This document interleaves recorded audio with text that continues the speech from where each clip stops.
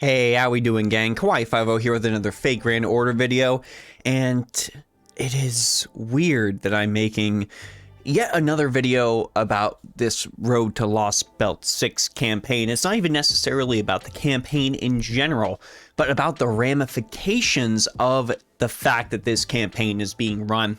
So, by the way, like and subscribe. Okay, we got that out of the way. By the way, gang, there's a lot of people I've been seeing online, and this has started a little discourse. Of course, not a bad discourse, something worth discussing. The fact that this Road to Lostbelt 6 campaign means we might get Lostbelt 6 early. And of course, we follow the natural progression from this, being we might get Lostbelt 6 early. That naturally leads to, might we actually catch up to JP? So I just wanted to go ahead and touch up on this. Will we eventually catch up to JP? Now let's go over first the issues, because while catching up to JP can bring us a lot of good things, this of course can also lead to a lot of bad things as well, things that we are going to have to deal with as a community. Now, what is the good? The good, of course, is that we get a bunch of JP servants we've been being hyped for very, very early.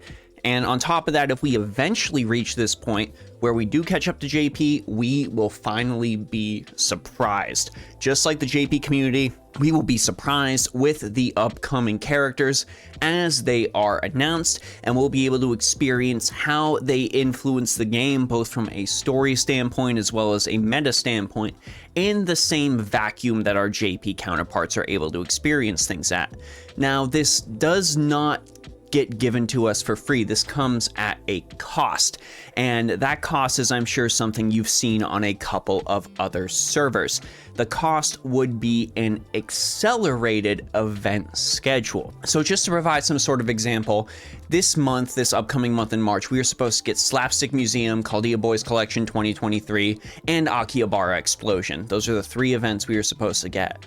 What if instead, so we could catch up to JP, we got Slapstick Museum, Chaldea Boys Collection 2023, Akihabara Explosion, Grail Live, and Holy Grail Front Super Camelot, and maybe possibly a Servant Summer Camp 2022 rerun? What if we got all of those in the exact same month? Seems very, very daunting, right? A lot that you are going to have to play through. And for me, as a content creator, who's someone who is, trying to stay caught up with everything when it comes to this game, that's not necessarily a big deal for me, since this is the primary focus of my YouTube channel.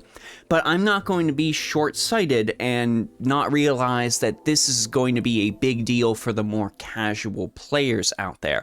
This is going to be a lot of time that they are going to have to focus on this game if we are starting to get this accelerated event schedule. And they're going to have to do an accelerated event schedule to keep the player base happy, because the other alternative is just skipping events outright. And I really don't think a lot of players would be very happy about that. I know for sure I wouldn't. I wouldn't like to see events just glossed over or anything like that. I want to be able to experience all of those events that JP got eventually. So that is the devil that we are going to have to deal with if this is indeed true and we are going to start catching up to JP. Now, this may not necessarily be the case and may not be something we are dealing with right now. Again, I am just pulling this out of the waters of speculation. But do I think we are eventually going to catch up to JP? I know Delightworks previously said that we might not, but Lasengo seems to have a lot more foresight than DW has in regards to NA, and I feel like with Lasengo's new direction, it is legitimately inevitable. And the main reason I say this is inevitable is because of something I know none of us want to think about when it comes to FGO, and that is end of service. All good things will eventually come to an end, and that is Fate Grand Order included. And if JP remains 2 years ahead of us, then that is going to present a problem for NA when JP eventually reaches end of service. That is going to be an issue for NA. We know, okay, we've got 2 more years until the game ends, period. Do you legitimately think that you would be compelled to spend money on the gacha if you know that the game had a finite life cycle left to it? I feel like most players would say no. This would create a massive drop in revenue for NA, and then again begs the question of, well, we've invested all this time into this.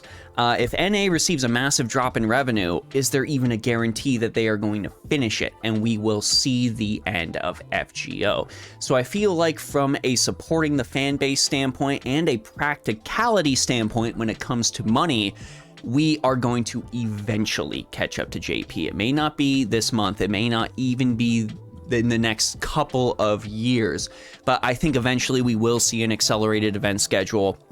We will try to catch up to JP, and I wouldn't consider that necessarily a death knell that maybe end of service is coming, but it is just a growing pain our server is likely going to have to go through.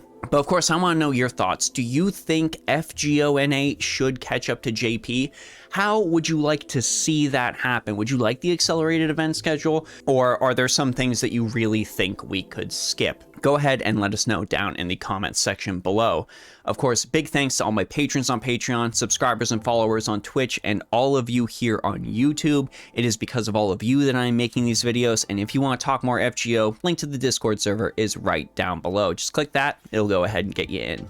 Anyways, gang, that's it for me, Kawaii50. I hope you all have a phenomenal day. I will see you all in the next video.